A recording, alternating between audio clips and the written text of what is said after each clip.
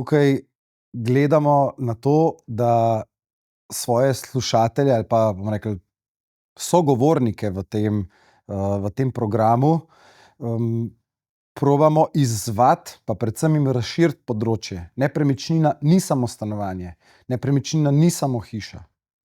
Če pa to je, potem pa ima svoje zakonitosti tržne, ima svojo tržno vrednost, ima pa tudi svoje zahteve, ima svoje stroške.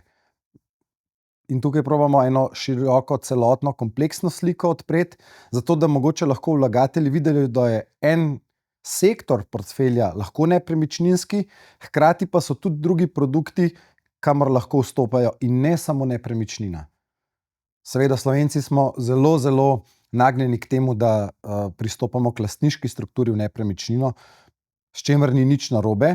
Je pa ta trg, ko neko premičnino pridobivamo ali pa jo predajamo naprej, predmet nekega tržnega procesa, ki ga probamo tukaj podrobneje pogledati, videti, kako se na trgu pozicioniramo kot prodajalci, kako se pozicioniramo kot kupci, kako vrednotimo nekaj, kar gledamo, ali pa nekaj, kar imamo, in kako maksimalno z tega ali zaslužimo, po drugi strani pa kako lahko to tudi ovrednotimo in čim bolje koristimo.